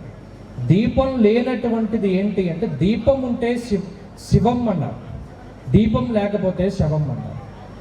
ఎప్పుడైతే శరీరంలోంచి దీపం వెళ్ళిపోతుందో ఇంకేం ఉండదు. ఆదిత్యాంతర్గతే యచ్చా జ్యోతిషాం జ్యోతిరుత్తమం హృదయే సర్వభూతానాం జీవభూతస్య తిష్టతి అన్నాడు. లోపల ఉంటుంది వెలుగు, అది జఠరాగ్ని రూపంలో ఉండొచ్చు, లేదా హృదయ స్పందనల రూపంలో ఉండొచ్చు. ఈ వేడి శరీరాన్ని ఎప్పుడైతే వదిలిపెట్టి వెళ్ళిపోతుందో వాడికి జీవం లేదు. అదేనే చూడండి, దీపం కొండెక్కిందంటారు, దీపం ఆరిపోయింది అనరు. కొండెక్కడం అంటే ఏంటి? దేవుళ్ళందరూ కొండ మీద ఎందుకున్నారు? ఊర్ధ్వచలనానికి ఉన్నటువంటి ప్రాముఖ్యత అది. మీరు గమనించండి, ఎప్పుడైనా సరే మనం పైకి వెళుతున్నాము అంటే, గొప్ప సినిమా స్టార్ అయిన రజనీకాంత్ గారు కొన్ని మాటలు నాకు ఆశ్చర్యం వేస్తుంది. ఎంత సాధన చేస్తుంటారు వాళ్ళు. జీవితంలో ఏం చేసిన వాడైనా సరే పడిపోతాడు, కానీ ఆధ్యాత్మిక సాధనలో పతనం అన్నది ఏమీ లేడు. వాళ్ళు డబ్బున్నవాడు డబ్బు లేనివాడుగా మారిపోతాడు. లేకపోతే గొప్ప చాలామంది అభిమానాన్ని పోగు చేసుకున్నవాడు అభిమానులు కోల్పోయే రోజులు వస్తాయి, కానీ ఆధ్యాత్మికతలో మాత్రం ఒక్కసారి వాడు పైకి వెళ్ళాడా వాడి కిందకి పడ్డం అన్నది ఉండదు అని చెప్పాడు ఆయన మహానుభావుడు. ఆయన మరి నటుడైనప్పటికీ మరి ఆయనకు ఉండేటువంటి సాధనలు చూడండి. అలాగే ఈ నిత్య దీపారాధనలో మనం చేసేటువంటి దీపారాధన చేయండి అంటే రకరకాల సందేహాలు. ఏమంటే 3 ఒత్తులు వేయాలా, 2 ఒత్తులు వేయాలా, 1 ఒత్తే వేయాలా, దాంట్లో నూనె వేయాలా, ఆవు నెయ్యి వేయాలా, నువ్వు నూనె వేయాలా, అసలు ఏం వేయాలి, ఇవన్నీ సందేహాలు వస్తాయి. ఆకలేసింది ఒకడికి. గమనించండి, రమణ మహర్షి అంటే జ్ఞానులను ఎప్పుడూ అనుకరించకూడదు, కానీ వాళ్ళు చేసేది చూస్తే వాళ్ళ యొక్క తత్వం బోధపడుతుంది. బ్రహ్మాండమైన ఆకలి వేసేస్తూ ఉంటే ఇంత 2 మెతుకులు వేసుకుంటే ఆయనకి కడుపు నిండిపోయేది. అలాగే ఆకలి రుచి ఎరగదా అన్నాడు. మనకి భయంకరమైన ఆకలి ఉందనుకోండి, రుచితో సంబంధంలా ఎలా ఉన్నా తినేస్తాం. బాగా కడుపు నిండిపోయిన బేర ఉందనుకోండి, అబ్బాయి ఇది మాడిపోయిందిరా, దీంట్లోనేమో ఉప్పు లేదు, ఎలా తిన్నావో నువ్వు అని అడుగుతుంది. అలా ఉంటుంది మన దగ్గర పరిస్థితి. కాబట్టి ఇక్కడ ఏంటి అంటే అసలు చేయడమే ముఖ్యం అన్నప్పుడు ఎలా చేస్తే ఏంటి ఫలితం వస్తుంది మనకి. ఏమన్నాడు? దీపం పెట్టమన్నాడు. ఎప్పుడు పెట్టమన్నాడు? బ్రాహ్మీ ముహూర్తంలో పెట్టమన్నాడు. అసలు ఇప్పుడు ఆ బ్రాహ్మీ ముహూర్తానికి అలా అది తెలిసినవాడే లేదు, అప్పుడు లేచేవాడే లేడు. ఎందుకు? అప్పుడు లేవాలంటే ముందు పడుకోవాలి కదా. అందుకనే నాకు ఒక ఆయన అంటే నా పరిచయస్తులు అందరూ కూడా, ఇందాక రాజేంద్ర ప్రసాద్ గారు కూడా చాలా గొప్పగా మాట్లాడారు. అంటే ఆయనకి నాకు పరిచయంలా, కానీ అనుభవం ఏం చేస్తుంది అంటే కొన్ని విషయాలు అనుసృతంగా చెప్పిస్తుంది. అంటే ఆయన ఎలా వెళ్ళిన విధానం ఇదంతా కూడా 5 నిమిషాల్లో క్లుప్తంగా చెప్పేశారు. అలాగే ఇప్పుడు ఈ బ్రాహ్మీ ముహూర్తంలో పెట్టేటువంటి దీపం ఏదైతే ఉన్నదో సంధ్యావందనం చేసేటువంటి వాళ్ళకి తెలుస్తుంది. బ్రాహ్మీం తర్పయామి అంటాడు. బ్రహ్మగారి యొక్క శక్తి బ్రాహ్మీ. ఇప్పుడు అందరికీ ఒకటి దీపం పెట్టమంటే గుమ్మడికాయ దీపం, తర్వాత ఏమో బూడిద గుమ్మడికాయ దీపం, ఉల్లిపాయలో దీపం, ఉప్పులో దీపం, ఇలా రకరకాలుగా పెడుతున్నారు. ఇవేమి లేవు ఇదివరకు. మరి ఎప్పుడూ కూడా సూర్యోదయానికి పూర్వం ఇంట్లో దీపారాధన చేయమన్నాడు.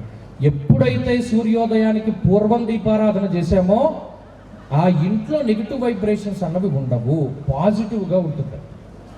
అలాగే ఆ పాజిటివిటీని పెంపొందించుకోవడానికి ఏం చేయమన్నాడు అంటే ధూపం వేయమన్నాడు. వారంలో ఒక్కసారి లేకపోతే 2 సార్లు అయినా ధూపం వేయమన్నాడు.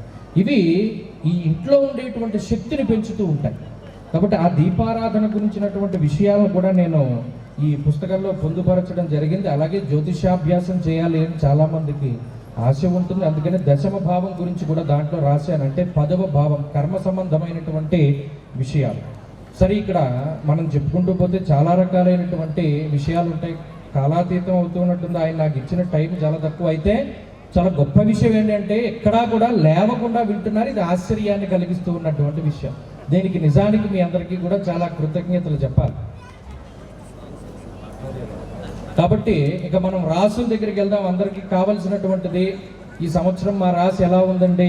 మేష. ఇందులో ఆదాయ వ్యయాలు, రాజపూజ్య అవమానాల మీద గత 2 రోజులుగా చర్చ జరుగుతూ ఉన్నది. మీరు టీవీలని యూట్యూబ్ని ఫాలో అయ్యేవారైతే కొంతమంది అసలు దీన్ని పట్టించుకోనక్కర్లా, కొంతమంది ఏమో తీసుకోవాలి అని రకరకాలుగా చెప్తున్నారు. అందుకని సాంప్రదాయంగా ఏదైతే ఉన్నదో దాని గురించే మనం మాట్లాడుకుంటూ వెళ్దాం. మేషరాశి వారు అశ్విని భరణి కృత్తిక పాదం మేషం అన్నారు. అశ్విని నక్షత్రం 4 పాదాలు, భరణి 4 పాదాలు, కృత్తిక 1వ పాదం కలిపి మేషరాశిగా చెప్పబడ్డాయి. మేషరాశి వారికి ఈ సంవత్సరం ఆదాయం 2, వ్యయం 14, రాజ్యపూజ్యం 5, అవమానం 7. అయితే ఈ సంవత్సరం లగాయితూ ఏలిన నాటి శని అనేటువంటిది ప్రారంభమైంది. ఇక అక్కడతోటి జీవితం అయిపోయింది అని చెప్పి చాలామంది భయపడుతూ బాధపడుతూ ఉన్నారు. ఇప్పుడు కూడా అటువంటి భయాలను మనం పెట్టుకోనక్కర్లా. శనివత్ రాహు కుజవత్ కేతు అన్నది శాస్త్రం. ఇక్కడ మిగతా గ్రహాలను కూడా మనం పట్టుకోవాలి. రాహు లాభస్థానంలోకి వెళుతున్నారు కాబట్టి మేషరాశి వారికి శనిచ్చేటువంటి దోషాన్ని రాహు కొంత తగ్గించి వేస్తారు. అలాగే మే నెల వరకు గురుబలం ఉన్నది కాబట్టి ఈ సంవత్సరంలో ఒక 45% బలాన్ని కలిగి ఉన్నటువంటి రాశి మేషరాశి. అయితే ఏలినాడు శని ప్రారంభమవుతున్నప్పుడు ఈజీ మనీ కోసం వెళ్ళేటువంటి పరిస్థితిని తీసుకొస్తాడు ఆయన. మానహ నిర్మణ క్లేశం కృష్యర్ భోజన పల్పసహ నిత్య సంవాద దారిద్ర్యం ద్వాదశ స్థానగే శని అన్నాడు. అంటే ఏంటి, ఉన్నదంతా పోవాలి, చాలా షార్ట్ స్పాన్లో పోవాలి. ఎందులో పోతుంది? జోదంలో పోతుంది, స్పెక్యులేషన్లో పోతుంది, లేకపోతేనేమో ఎవరికో అప్పిస్తే పోతుంది, ఎవరికైనా అప్పు ఇవ్వకపోయినా మనం మధ్యలో నిలబడి ఇప్పిస్తే పోతుంది. ఇలా ఎంత తొందరగా పోవాలో అన్ని మార్గాల్లోనూ దింపుతాడు ఆయన. అందువల్ల ఏంటి అంటే ఈ విషయాల జోలికి వెళ్ళకూడదు. స్పెక్యులేషను, జోదము, లేకపోతేనేమో స్టాక్ మార్కెట్లు ఇలా రకరకాలుగా ఉంటాయి. క్షణాల్లో డబ్బులు పోయేటువంటివి, క్షణాల్లో వచ్చేటువంటివి ఉంటాయంటారే, అలాగా అదృష్టాన్ని నమ్ముకుని ఎప్పుడూ మేషరాశి వారు ఈ సంవత్సరం వెళ్ళకూడదు. అది ఒక్కటి గుర్తుపెట్టుకుంటే చాలా బాగుంటుంది. రాహు యొక్క బలం ఉంది కాబట్టి మాయతోటి ఛేదించి వేస్తాడు. రాహు ఇప్పుడు కూడా యవన గూఢార్ధ రాజసభలోపేత వ్యయకారకో రాహు అన్నది శాస్త్రం. ఆయన మాయోపాయాల్ని ఆయన చూపించగలుగుతాడు కాబట్టి మేషరాశి వారికి కొంత బలం ఉన్నది కాబట్టి వారికి ఏం పర్వాలేదు. ఏలినాడు శని ద్వారా చెప్పవలసిన సూచన ఏంటి అంటే ఇది ఈజీ మనీ కోసం వెళ్ళకూడదు. ఇక వృషభ రాశి ఈ సంవత్సరం ఆదాయం 11, వ్యయం 5, రాజపూజ్యం 1, అవమానం 3. ఈ సంవత్సరం వృషభ రాశి టాప్ మోస్ట్లో వాళ్ళు ఉంటారు. ఎందుకంటే దీర్ఘ సంచార గ్రహాలు 3 కూడా వారికి అనుకూలంగా ఉన్నాయి. గురుబలం ఉన్నది, రాహు బలం ఉన్నది, అలాగే శనేశ్వరుడి యొక్క అనుకూలత ఉన్నది. కాబట్టి 90% గోచారమందు గ్రహాలు అనుకూలంగా ఉన్నాయి. కాబట్టి వృషభ రాశి వారికి ఈ సంవత్సరం పట్టిందల్లా బంగారంగా ఉంటుంది. అలా అని మనం పట్టుకున్న వెంటనే బంగారం అవ్వలేదు ఏంటని అడగకూడదు. వాళ్ళు ఏ పని చేస్తే అది సక్సెస్ అవుతారు, అది దాని అర్థం. కాబట్టి వారి గురించి మనం చెప్పుకుంటే అన్ని పాజిటివ్సే ఉంటాయి తప్పితే నెగిటివ్ ఏమీ లేదు. కాబట్టి వాళ్ళకి ఈ సంవత్సరం చాలా బాగున్నది. అలాగే మిథున రాశి వారికి చూస్తే ఆదాయం 14, వ్యయం 2, రాజపూజ్యం 4, అవమానం 3. మిథున రాశి వారికి దీర్ఘ సంచార గ్రహాల యొక్క ఆనుకూల్యత కొంత తగ్గింది కాబట్టి వీరికి మిశ్రమమైనటువంటి వాతావరణం ఉంటుంది. ముఖ్యంగా జన్మగురుని యొక్క సంచారంలో రాజకోపో యశోహాని ఉద్యోగస్య విరోధకం బుద్ధిభ్రంశోర్భాగ్యహాని భయం తనుగతే గురువు అన్నారు. ఇక్కడ దశమంలో శనేశ్వరుడు జన్మగురుడు ఉన్నప్పుడు వృత్తి మీద ప్రభావాన్ని చూపెడతాడు. అందుకని ఉద్యోగం మానేసి వ్యాపారం చేయాలి, లేకపోతే వ్యాపారాన్ని ఇలా మార్చాలి అలా మార్చాలి అనేటువంటి కోరికలు వస్తూ ఉన్నప్పుడు చాలా జాగ్రత్తగా వ్యవహరించాలి. జాతకంలో ఉన్నటువంటి దశాంతర దశలు బాగుంటేనే ముందుకెళ్ళాలి తప్పితే లేకపోతే ఉన్న ఉద్యోగం కూడా పోయేటువంటి అవకాశం ఉంటుంది. అలాగే పై అధికారులతోటి పడదు, అందుకని వాళ్ళ కంట్లో పడకూడదు. ఇక్కడ చాలామందికి తెలియని విషయం ఏంటి అంటే ఒక గ్రహం బాగా లేకపోతే ఆ గ్రహం తాలూకు రాయి పెట్టుకోవాలని అనుకుంటారు చాలామంది, పాపం తెలియక. దానివల్ల దెబ్బతిన్నటువంటి వాళ్ళని చాలామందిని చూశారు. ఉదాహరణకి గురుడు బాగాలేదనుకోండి, గురుడికి సంబంధించిన స్టోన్ పుష్యరాగం పెట్టుకోమని చాలామందికి చెప్తే వాళ్ళు పూర్తిగా పతనం అయిపోతారు. ఎందుకు? ఉదాహరణకి ఇప్పుడు మీరే ఉన్నారు, మీరు నా యజమాని అనుకోండి, నేను మీ కింద పనిచేసేటువంటి వాడిని, మీకు నాకు పడదు, పచ్చగడ్డి వేస్తే బగ్గును మండిపోతుంది. అప్పుడు నేనేం చేయాలి? మీ దృష్టిలో పడకూడదు, నేను మీకు కనబడకూడదు, మీతో మాట్లాడకూడదు, నా పని నేను చేసుకుని వెళ్ళిపోతే మీ కంట్లో నేను పడిన కాబట్టి నాకు ఎవరు ఏం చేయలేరు. అలా కాకుండా మీ ఎదురుగుండా వచ్చి మీకు కనబడే విధంగా మీ కంట్లో పడే విధంగా ఏదైనా పని చేస్తున్నారు అనుకోండి, ఆటోమేటిక్గా వాడికి కోపం పెరిగిపోతుంది. ఇప్పుడు మనం చేసేది అదే. ఒక గ్రహం బాగా లేకపోతే ఏం చేస్తున్నాం? దానికి సంబంధించిన స్టోన్ పెట్టుకుంటున్నాం, దానికి సంబంధించిన క్లాత్ కట్టుకుంటున్నాం, దానికి సంబంధించినటువంటి ధాన్యం తింటున్నాం. అవన్నీ కూడా అవాయిడ్ చేయాలి. ఇక్కడ క్వైట్ కాంట్రా ఉంటుందన్నమాట. అంటే ఏంటంటే ఒక గ్రహం బాగా లేకపోతే దానికి సంబంధించినవి ఏమీ కూడా మనం చేయకూడదు. ఉదాహరణకి మిథున రాశి వారు ఉన్నారు, ఎల్లో కలర్ అవాయిడ్ చేయమన్నాడు. అలాగే దక్షిణామూర్తి యొక్క ఆరాధన కానీ, హయగ్రీవ ఆరాధన కానీ, లలితాదేవి యొక్క ఆరాధన కానీ చేయమన్నారు. అలాగే శనగలు పంచిపెట్టమన్నారు. గోధుమస్తండు లాలాఢ్యముద్గా శనగ పర్భరాహ, నవగ్రహాలకి నవధాన్యాలు చెప్పారు. అలాగే ఈ శనగలు పంచిపెట్టమన్నాడు. ఎల్లో కలర్లో ఉండేటువంటి పళ్ళు పంచిపెట్టమన్నాడు, అంటే అరటి పళ్ళు. అలాగే ఎల్లో స్వీట్స్ పంచిపెట్టమన్నాడు. ఇలా పంచిపెడితే ఆ గ్రహ సంబంధమైన దోషాలు పోతాయి. పొద్దున్న నిన్న ఎవరో ఒక ఆవిడ చెప్పారు, ఏమంటే శనిగ్రహం బలహీనంగా ఉందని నన్ను ఇలా శమీ వృక్షం పెంచుకోమన్నాడండి. శమీ వృక్షం పెంచుకోవడం ఏంటమ్మో వింత, కాకపోతే నేను ఎక్కడా చూడలేదు. కాదండి, ఎవరో ఒక ఆయన చెప్పాడు, అపరాజితాదేవి శమీవృక్షం కింద కూర్చుని ఉంటుందిట అంటే ఆవిడకి ఏం పని లేదమ్మా, శమీవృక్షం కింద ఎందుకు ఉంటుంది? అలాంటిది ఏం లేదు. మనకి ధర్మసింధు నిర్ణయ సింధులు ఏం చెప్పారు? అపరాజితాదేవి యొక్క ఆరాధనని విజయదశమి రోజున ఆ ఊరికి ఈశాన్య దిశలో ఉన్నటువంటి ఏదో ఒక ప్రాంతంలో అష్టదళ పద్మం వేసి అక్కడ ప్రతిష్ఠించి చేయమన్నాడు తప్పితే శమీవృక్షాన్ని తీసుకుని పెట్టుకోమనలేదమ్మా. శమీవృక్షం అంటే శనేశ్వరుడికి సంబంధించిన వృక్షం, అంటే పిలిచి కొట్టించుకోవడం అంత ప్రమాదకరమైన విషయం అమ్మా, అసలు దాని జోలికి వెళ్ళొద్దని చెప్పాను. అలా ఏంటి అంటే వైపరీత్యాలు అలా ఉన్నాయి క్షణంలో. ఏమంటే నేను 120 కేజీలు ఉన్నాను, ఒక్క రోజులో వాకింగ్ చేయడం వల్ల తగ్గుతానా? ఎలా తగ్గుతాను? కానీ ఇప్పుడు ప్రజలకు కావాలి, ఇన్స్టెంట్గా రిజల్ట్లు కావాలి, ఇన్స్టెంట్ కాఫీ కావాలి. ఇదివరకు డికాషన్లు అవి తీసుకునేవారు, అబ్బాయి అంత ఓపికలా కలవగానే కాఫీ అయిపోవాలి. ఇంకా అసలు అంతవరకు పల్ల ఉత్తి వేడి నీళ్ళలో పౌడర్ వేస్తే కాఫీ వచ్చేయాలి, అంత ఇన్స్టెంట్. మ్యాగీ కావాలి, 2 నిమిషాల్లో తయారైపోవాలి. ఇన్స్టెంట్ బిర్యానీ కావాలి మాకు, అబ్బాయి అంత మేము అవన్నీ కలపలేమండి, మా వల్ల కాదు, మేము ఏమైనా ఖాళీగా ఉన్నామా? ఓ పక్కనేమో టీవీ చూడాలి, ఓ పక్కనేమో ఈ పేపర్ చదువుకోవాలి, ఓ పక్కనేమో ఇంకో పనులు చేసుకోవాలి, వంట చేయడానికి ఖాళీ ఎక్కడిది?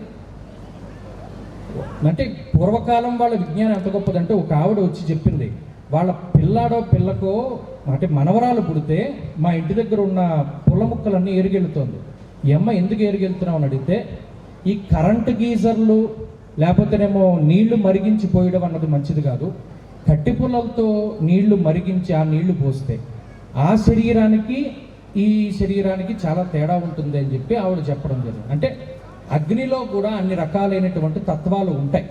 కాబట్టి ఇదంతా ఎందుకు చెప్తున్నామంటే, ఆ గ్రహాలు కనుక బాగా లేకపోతే వాటి జోలికి వెళ్ళకూడదు. కాబట్టి మిథున రాశి వారి యొక్క పరిస్థితి అది. కర్కాటక రాశికి అష్టమ శని యొక్క దోషం పోయింది. అలాగే ఈ రాశి వారికి ఆదాయం 8, వ్యయం 2, రాజపూజ్యం 7, అవమానం 3. అష్టమ శని యొక్క దోషం పోయిన కారణం చేత ఈ సంవత్సరం వీరికి బాగున్నది. అయితే రాహు మళ్ళా అష్టమంలోకి వస్తున్నారు కాబట్టి చతుష్పాద మృగాద్భయం అన్నాడు. అంటే 4 కాళ్ళ జంతువుల వల్ల కొంత భయం ఏర్పడేటువంటి అవకాశం ఉంటుంది, జాగ్రత్తగా ఉండాలి. అదొకటి చెప్పదగినటువంటి సూచన. సింహరాశి వారికి మే 15 వరకు కొంత బాగాలేదు. మే 15 దాటిన తర్వాత గురుబలం వస్తుంది. వీరికి ఆదాయం 11, వ్యయం 11, రాజపూజ్యం 3, అవమానం 6. మే 15 దాటిన తర్వాత పుష్కరాలు ప్రారంభమైన రోజు నుండి వీరికి గురుబలం పెరిగి లాభస్థానమందు గురుని యొక్క సంచారం.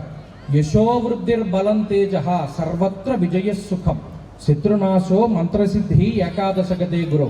చాలామంది చెప్తారు, ఏమంటే నేను బోల్డ్ అని దీపాలు పెట్టానండి, బోల్డ్ అంతమంది దేవతలకు అర్చన చేశాను, బోల్డ్ అని దానాలు చేశాను, ఏం చేసినా ఫలితం రావట్లేదండి అంటే ఆ ఫలితాలన్నీ కూడా అనుభవించేటువంటి స్థితి ఈ గురుని యొక్క లాభస్థాన స్థితి. కాబట్టి సింహరాశి వారికి అప్పటి నుండి బాగున్నది. ఇక కన్యారాశి వారికి ఆదాయం 14, వ్యయం 2. టీవీల్లో లేకపోతే యూట్యూబ్లో ఎక్కువగానో ఇది ట్రెండ్ అవుతుంది. కన్యారాశికి ఆదాయం 14, వ్యయం 2 అంటే కన్యారాశి వాళ్ళు పట్టుకుని ఈ సంవత్సరం అంతా వాళ్ళతో ఉంటే మన లగ్జరీలు అన్నీ వెళ్ళిపోతాయని చెప్పి వాళ్ళు ఏదో ట్రోల్ చేసుకుంది. వీళ్ళకి హైయెస్ట్ ఆదాయం ఈ సంవత్సరంలో ఆదాయ వ్యయాల్లో రాజపూజ్యం 6, అవమానం 6. అయితే ఈ కన్యారాశి వారికి ఏంటి అంటే అనుకూలించేటువంటి గ్రహాలు కొంత తక్కువగా ఉన్నాయి. మే 21వ తారీఖు నుండి రాహు యొక్క షష్ఠస్థాన స్థితి వీరికి అనుకూలిస్తుంది. రాహు ఎప్పుడైతే 6వ స్థానంలో ఉన్నారో ఇది ప్రత్యేకించి చెప్పుకోవాలి. షష్ఠస్థానమందు ఉండేటువంటి రాహు గౌర్భూమి శత్రునాం లాభం అన్నారు. ఎవరైతే శత్రువులు వీళ్ళని పాడు చేయాలని చూస్తారో వాడే పాడైపోతాడని చెప్పాడు. అదే రాహు యొక్క మాయ. ఎంత మాయ పనుతాడంటే రాహువు పలానా వాడిని ఇప్పుడు చూడండి, అదేదో సినిమాలో చూపించినట్టు వీడిని కొడదామని వస్తే వాడికే తగులుతుంది రివర్స్లో. అలా అన్నమాట. ధైర్య బుద్ధిర్ వీర్య బుద్ధిర్ రిపునాశం సదాశుభం గౌర్భూమి శత్రునాం లాభం షష్ఠస్థానగతో ఫణి అన్నారు. 6వ స్థానంలో రాహు కన్యారాశి వారిని శత్రువుల బారి నుండి, విషప్రయోగాల నుండి, లేకపోతే ఇంకో రకమైనటువంటి ప్రయోగాల నుండి అన్నిటి నుండి కూడా కాపాడుతారు. రాహు అంత గొప్ప అనుకూలమైనటువంటి స్థితిలో కన్యారాశి వారికి ఉన్నారు కాబట్టి అది పెద్ద బలం. అలాగే తులారాశి వారికి ఈ సంవత్సరం ఆదాయం 11, వ్యయం 5, రాజ్యపూజ్యం 2, అవమానం 2. తులారాశి వారికి ఈ సంవత్సరం చాలా అద్భుతంగా ఉన్నది. ఎందుకంటే శని అనుకూలంగా ఉన్నారు. ఇప్పుడు శని రాహువుల యొక్క యుతి బాగున్నది కాబట్టి వీరు అన్ని రంగాల్లోనూ చాలా ముందుకు వెళ్ళగలుగుతారు. 9వ స్థానమందు గురుడు అర్ధంచ స్వకులాచార గృహలాభ సుభోజనం అన్నది శాస్త్రం. అంటే కులాచారాల్ని పాటించడం, లేకపోతే దైవ దర్శనాలు చేసుకోవడం, తీర్థయాత్రలు చేయడం, ఇలా ధార్మిక కార్యక్రమాలకు అవకాశం ఉంటుంది. తులారాశి వారికి ఆర్థిక స్థితి మెరుగుపడుతుంది అని చెప్పి చెప్పడం జరిగింది. అలాగే అనారోగ్య సమస్యలు తగ్గుతాయి. అన్ని వృత్తిల్లో ఉండేటువంటి వారికి ఇది అనుకూలమైనటువంటి సమయంగా చెప్పాను. ఇక వృశ్చిక రాశి వారికి ఆదాయం 2, వ్యయం 14, రాజ్యభృజ్యం 5, అవమానం 2. వృశ్చిక రాశి వారి యొక్క స్థితిగతులు కూడా బాగున్నాయి. ప్రత్యేకించి అర్ధాష్టమ శని యొక్క దోషం పోయింది. అర్ధాష్టమ శని దోషం ఎంత గొప్పది అంటే వాతశూలం మనక్లేశం భయం స్వస్థానహానికృత్ అన్నారు. అంటే ఏంటి? ఇంట్లో ఉండలేరు. వృశ్చిక రాశి వారి పరిస్థితి చూస్తే ఇంట్లో ఉండడం ఇష్టం ఉండడు. ఏమంటే మా ఆయన ఇంట్లో ఉండట్లేదండి, ఎప్పుడు బయటికి వెళ్ళిపోతున్నాడు, నాకు ఏదో అనుమానంగా ఉందండి. అమ్మ భయపడకమ్మా, ఆయనకి చతుర్దశని ఇంట్లో ఉంటే ఆయన ఏదో బాధపడుతున్నాడు, మరి నీ వల్ల సమస్య లేకపోతే ఇంకో సమస్య ఏముందో తెలియదు మనకి, నువ్వు ప్రతిదీ ఏదో ఒకటి ఫిక్స్ అవ్వకు, ఒకసారి ఆలోచన చేయని చెప్పి ఆయనకి వర్క్ స్ట్రెస్ ఎక్కువ, ఇంట్లో పని చేయనివ్వట్లేదని పిల్లలు వాళ్ళు బయటికి పోయి పని చేసుకుంటున్నారు. అయితే ఈ భార్యకు అనుమానం ఎందుకు వచ్చింది? ఆమెకి ఏలినాటి శని జరుగుతాం. సదా క్లేశం వృధా వైరం సతతం కార్యనాశనం, అక్కర్లేని గొడవలు ఎక్కువ, ప్రతి చిన్న విషయానికి తగు పెట్టుకునే పరిస్థితి. అందుకని అంటే గ్రహాల మధ్యలో సమన్వయం చూడండి ఎలా ఉంటున్నాయి. అలాగే వృశ్చిక రాశి వారికి ఆ దోషం పోయింది కాబట్టి వారు తిరిగి సొంత ఇళ్ళు నిర్మించుకోవడం, సొంత ప్రాంతాలకు రావడము, అలాగే బంధువులతో ఉండే గొడవలు తగ్గడం, ఇటువంటివన్నీ కూడా వాళ్ళకి జరుగుతాయి. అలాగే పంచమ స్థానంలో ఉండేటువంటి రాహువు కూడా మారి చతుర్థంలోకి వీరికి వస్తూ ఉన్నటువంటి తరుణంలో నాస్తికత్వం కూడా తగ్గుతుంది కొంత. అలాగే బద్ధకం తగ్గడం, ఇవన్నీ కూడా ఈ సంవత్సరంలో చూడవచ్చును. వృశ్చిక రాశి వారి స్థితిగతులు కూడా బాగున్నాయి. ఇక ధనురాశి వారు, నేను చేసే వీడియోల్లో బహుశా ధనురాశికి వచ్చిన వ్యూస్ దేనికి రావు. మరి ప్రపంచం అంతా వీళ్ళే ఉన్నారా లేకపోతే వీళ్ళే నా వీడియోలు చూస్తున్నారో తెలియదు. కానీ ఏలినాటి శనిని 8-8.5 సంవత్సరాలు అనుభవించినటువంటి ఏకైక రాశి ధనురాశి. 2020 సంవత్సరంలో బహుశా గురుడు ధనురాశి సంక్రమణం చేసినప్పుడు నేను ఒక మాట చెప్పాను. ద్వాదశాష్టమ జన్మస్థ శనియర్ కంగారక గురు కుర్వంతి ప్రాణ సందేహం స్థానభ్రష్టం ధనక్షయం. అలా రాకూడదండి స్వక్షేత్రంలోకి, అది ప్రాణాపాయాన్ని సూచిస్తుంది, లేకపోతేనేమో ఇబ్బందులను సూచిస్తుంది అని చెప్పడం జరిగింది. మనకు అదే టైంలో కరోనా వచ్చింది. కరోనా ఎందుకు వచ్చింది? అతిచారగతే జీవౌ శనౌవ క్రత్వమాగతే హాహాకారాం జగత్ సర్వం దుర్భిక్షం క్షామడాంబరం. మకర రాశిలో అతిచారగతే జీవో శనౌ వక్రత్వమాగతే, వాళ్ళిద్దరూ కలవకూడనటువంటి వాళ్ళు కలిశారు. ఏమైంది? హాహాకారాం జగత్ సర్వం దుర్భిక్షం క్షామడాంబరమైంది. మరి అందులో ఎఫెక్ట్ అయిన వాళ్ళు కూడా ధనురాశి వారే. కాబట్టి ఇప్పుడున్నటువంటి పరిస్థితుల్లో ఈ ధనురాశి వారి యొక్క స్థితిగతులు బాగున్నాయి. వారికి అన్ని దోషాలు తొలగిపోయాయి. అర్ధాష్టమ శని ఉన్నప్పటికీ పెద్ద సమస్యమే కాదు. వీరికి ఈ సంవత్సరం బాగానే ముందుకు సాగుతూ ఉంటుంది. ఎందుకంటే గురుబలం ఉన్నది. రాజదర్శనం ఆరోగ్యం గాంభీర్యం గాత్ర పోషణం అన్నాడు. అంటే వాళ్ళకి ఒక తెలియనటువంటి గంభీరపు స్థితిని గురుడు కలిగిస్తాడు. సప్తమంలో గురుడు ఉండడం మా సాధారణమైనటువంటి విషయం కాదు. శాస్త్రాభ్యాసాసక్తజిత్తో వినీత కాంతావిత్తాత్యంత సంజాత సౌఖ్య మంత్రి మర్త్య కావ్యకర్త ప్రసూతౌ జాయాభావే దేవదేవాది దేవే అన్నారు. ఇది మామూలు విషయం కాదు గురుడు సప్తమంలో ఉండడం. కాబట్టి వాళ్ళకంత గంభీరం వస్తుంది, వాళ్ళకంత ధైర్యం వస్తుంది, వాళ్ళ పరిస్థితులు అంత బాగున్నాయని చెప్పారు. ఇంకా మకర రాశి వారికి ఆదాయం 8, వ్యయం 14, రాజ్యపూజ్యం 4, అవమానం 5. వీరికి కూడా ఏలినాటి శని దోషం అనేటువంటిది తొలగిపోయినది. దాదాపుగా చాలా కాలం వీళ్ళు గ్రహణాలు చూశారు. పరివేష అంటారు, అంటే సూర్యుడి చుట్టూ చంద్రుడి చుట్టూ వలయాలు వచ్చాయి. 21 ఈ మకర రాశి వారు అనుభవించినటువంటివి ఏమీలో అన్ని అనుభవించారు. వారికి ఇప్పుడు మంచి రోజులు వచ్చాయి. మకర రాశికి ఈ సంవత్సరం చాలా బాగున్నది. అద్భుతమైనటువంటి ఫలితాలు రాబోతూ ఉన్నాయి మకర రాశి వారికి. అలాగే వివాహాది శుభ కార్యక్రమాలు, సంతానం, ఇవన్నీ కూడా వాళ్ళకి వృద్ధి చెందుతాయి. ఇక కుంభరాశి వారికి ఆదాయం 8, వ్యయం 14, రాజపూజ్యం 7, అవమానం 5.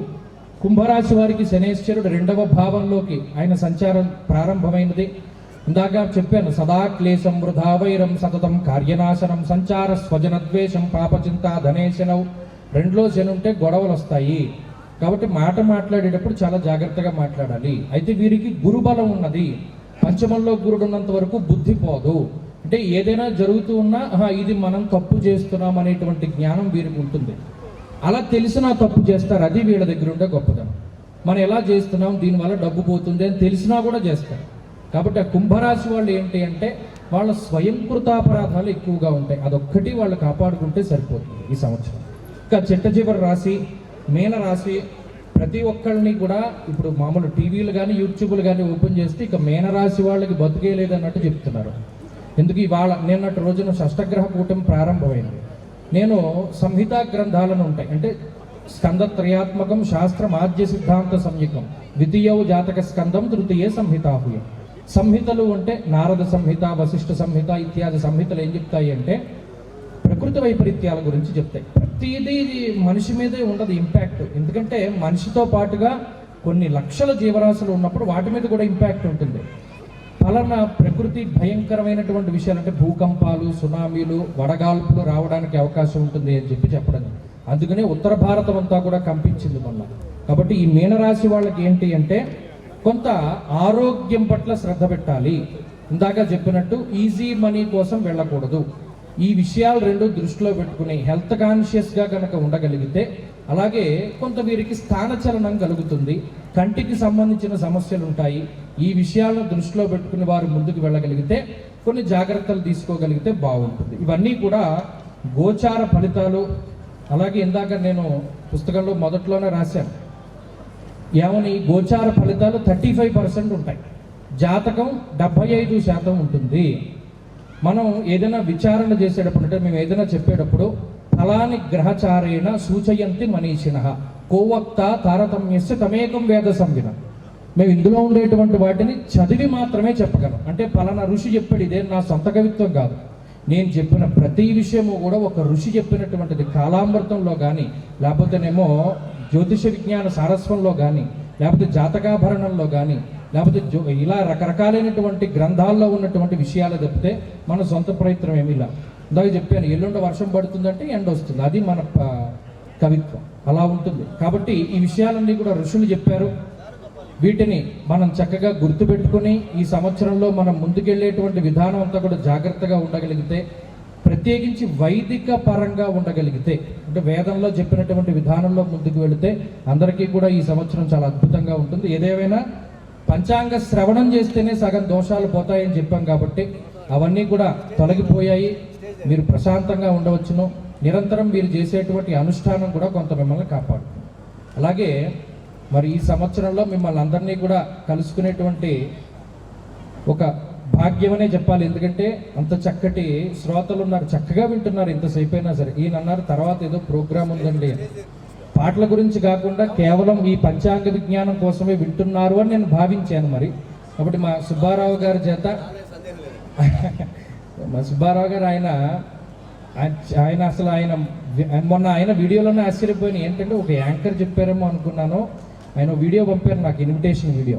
ఓ యాంకర్కి ఆ మాటలో ఉండేటువంటి గంభీరం ఎలా ఉంటుందో అలా ఉందో ఆయన చెప్పారు. నేను ఎన్నో చెప్దాం అనుకున్నా, సమయాభావం. కాబట్టి మళ్ళీ ఎప్పుడైనా మనం చక్కగా కలుసుకుందాం, ఇతర మంచి విషయాలు మాట్లాడుకుందాం.